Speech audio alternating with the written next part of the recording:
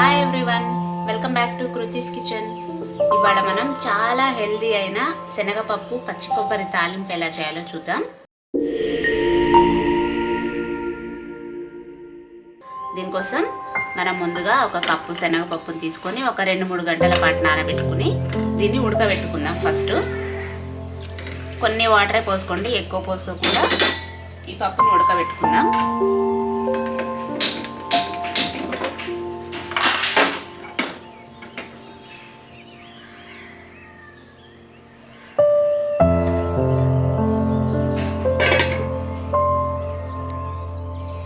చూసారు కదా, మన పప్పు కరెక్ట్గా ఉడికిపోయింది. మనం పోసిన వాటర్కి పప్పు మంచిగా ఉడికిపోయింది. పప్పు మెత్తగా కాదు, ఇలా ఉడికిపోతే సరిపోతుంది. ఇప్పుడు మనం దీన్ని తాలింపు వేసుకుందాం. తాలింపు కోసం ఒక కడాయి పెట్టుకొని అందులో కొద్దిగా ఆయిల్ పోసుకోండి. ఆయిల్ మరీ ఎక్కువగా పట్టదు, ఇదైతే సరిపోతుంది.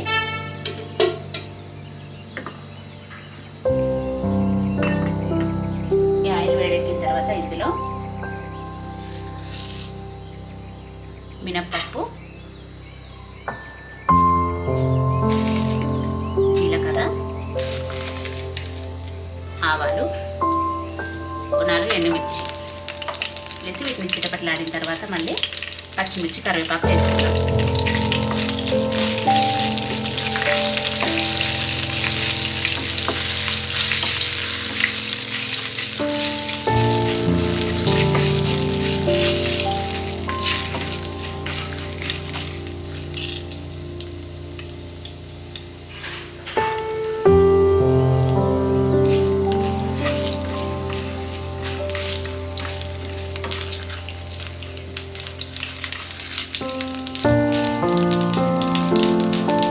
వేగిపోయాయి కదా, మనం ఇందులో 4 పచ్చిమిరపకాయలు,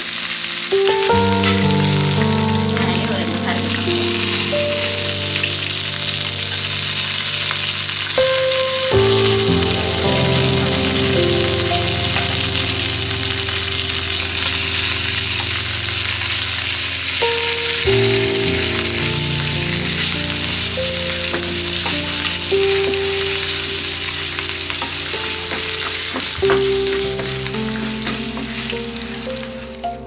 ఇవి మంచిగా వేగిపోయాయి కదా పచ్చిమిర్చి, కరివేపాకు కూడా. ఇప్పుడు మనం ఇందులో ముందుగా పెట్టుకున్నాం కదా శనగపప్పుని, అది వేసుకుందాం.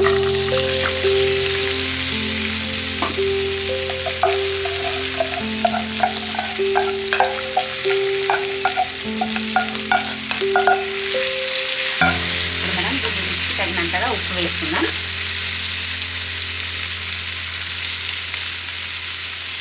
ఇందులో మనం కారం వేస్తాం కాబట్టి పచ్చిమిర్చి, ఎండుమిర్చి ఎక్కువగానే వేసుకోండి.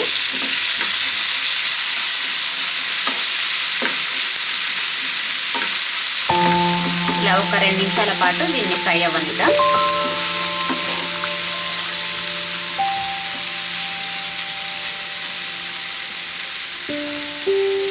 మూత పెట్టిన అవసరం లేదు, ఒక 2 నిమిషాలు ఫ్రై అయితే సరిపోతుంది.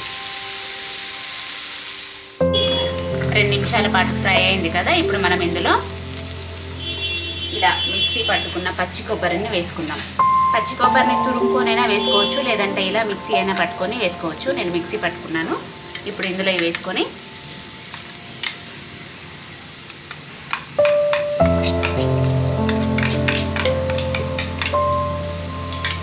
కొబ్బరి వేసాం కాబట్టి మాడిపోతుంది, అది ఫాస్ట్గా కలిపేసుకోండి.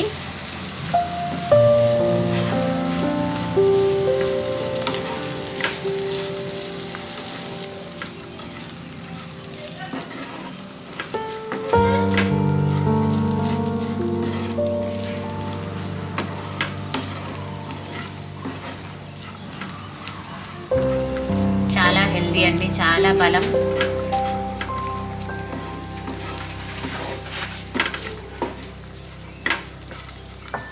దీనికి కాంబినేషన్గా పక్కన ఒక రసం కానీ చారు కానీ ఉంటే చాలా బాగుంటుంది.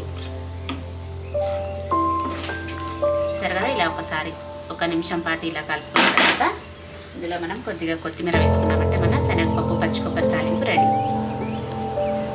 చాలా తక్కువ టైంలో ఇంత మంచి హెల్దీ ఫుడ్ని తయారు చేసుకోవచ్చు. 5 అంటే 5 నిమిషాలలో అయిపోయిందండి. చూసారు కదా, మన శనగపప్పు పచ్చి కొబ్బరి తాలింపు రెడీ.